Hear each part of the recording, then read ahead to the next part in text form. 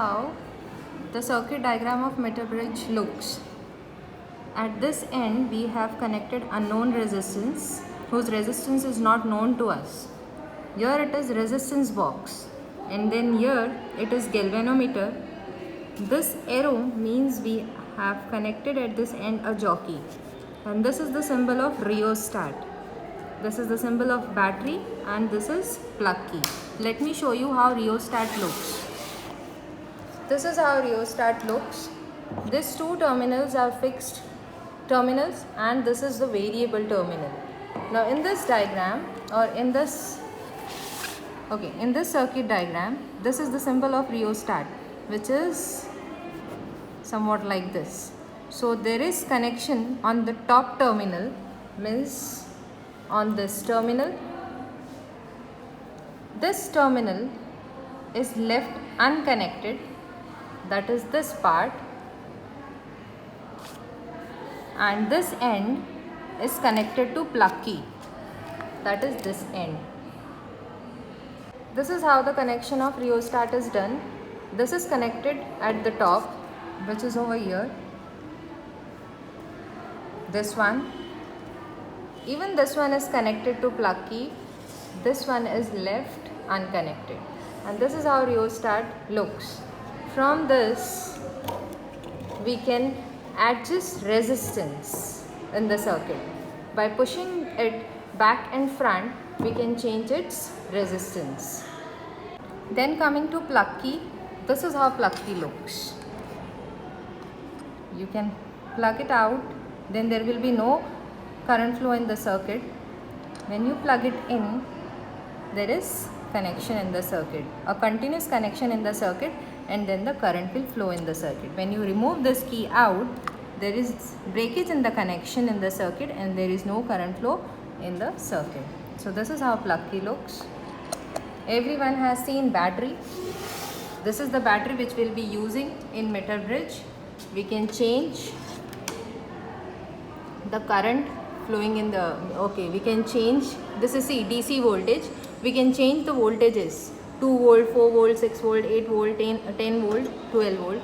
So this is a battery which we are using. Then coming to galvanometer, this is how galvanometer looks. See, it is pointing in the center, means there is no current flow through this galvanometer. Once I will connect it to the circuit diagram, or in the circuit, there will be current flow. Okay, now at present there is no current flow in this galvanometer. That is the reason it is pointing at 0. This is how voltmeter looks. It will be showing us voltage. This is how ammeter looks. It is used to measure current, and it is used to measure voltage in the circuit. This is how resistance box looks. We can select resistances from here. Whatever resistance we want in the circuit, we can provide it using this resistance box, because there are number of resistances provided over here. So we can select resistance according to our need. And this is your meter bridge. Okay, this is jockey. This is how jockey looks. This end is for connection, and this end, which you can see, it is pointed, not pointed, it is sharp. This one, we'll be using it to check the current flow in the galvanometer. Okay, so I have shown you this resistance box. I have shown galvanometer. This arrow is for jockey, which is this. And coming to unknown resistance, this is your unknown resistance, whose resistance is not known to us. So we will be calculating the resistance of this material whose resistance is not known to us by using meter bridge. So here is the application of meter bridge, that is to calculate unknown resistance.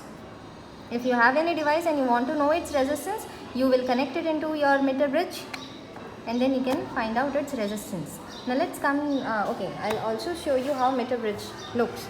See, in this diagram, if you see, here you have two L-shaped metal plates. This is that L-shaped one, and this one is the second L-shaped metal plate. Then you have this single metal strip which is in the middle. This is that, which three connections 1, 2, 3. This is that 1, 2 and 3. So at this gap, which is known as left gap, and this is right gap, this is formed due to this middle metal strip. Okay, this is your left gap. In this left gap, we will be connecting your unknown resistance as per the circuit diagram. At this end, we will be connecting your resistance box. So this is your resistance box. We have wires. We will be connecting this wire to this end. Okay, at this right gap, we will be connecting resistance box. Then after that, from this end of the metal strip, we have battery. See, from this end, we will be connecting battery. Then another end of the battery is connected to plug key. Another end of the battery, that is, see, if you see, this is red, which is positive, black, which is negative. So in this diagram, positive terminal is connected to metal strip. Means from this metal strip, we will be connecting to this positive terminal. The negative terminal will get connected to plug key. Then from plug key, we have rheostat ka fixed terminal, that is this. From this, we will be connecting at this point. Then from top, it is another end of the L-shaped metal strip. From this top to this end of the metal strip. This end is left unconnected, and this completes the connection. Now coming to middle connection, which is of middle metal strip. From this end, we will be connecting galvanometer. Means from here, I will be connecting positive terminal of the galvanometer. From this, I will be using wire and connecting it over here. And negative terminal will get connected to this top of the jockey. From this negative terminal, I will connect this top of the jockey, and then I will use this jockey. Once I connect this plug key, current will start flowing in the circuit. Now the connection is not done, but once I will do the connection and put this plug key, current will start flowing in the circuit. We will use this jockey. Okay, this is the meter scale which is attached on this wooden board. See, if you see, there is meter scale which is attached on this wooden board, and this wooden board is nothing but your meter bridge. Now coming to the meter scale. Why meter scale? Because it is of, the scale is of 1 meter, that is 100 centimeter. That is the reason this bridge is known as meter bridge. Now there is a thin wire attached on this scale. See, this is that thin wire which is attached on this scale. Now this wire should have uniform cross section. Uniform cross section means the thickness of this wire should be same throughout.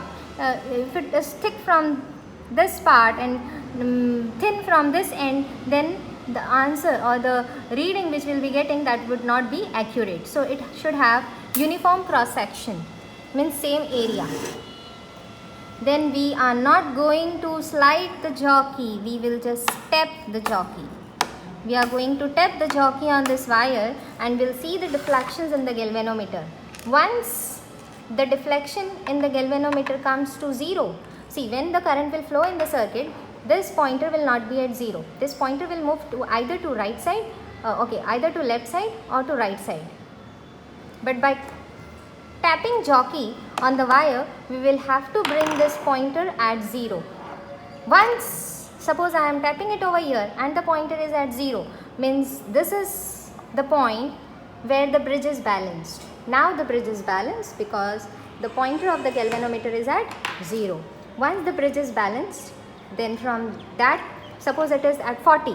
So this becomes my left hand side reading and this becomes my right hand side reading. From 1 to 40 is my left hand side reading, and then 40 to 100 is my right hand side reading. 40 to 100, that is 60. So 60 centimeter is my right hand side reading, and this becomes my 40. Till 40, 1 to 40 becomes my left hand side reading. Okay, hope you understood. This is how the meter bridge looks.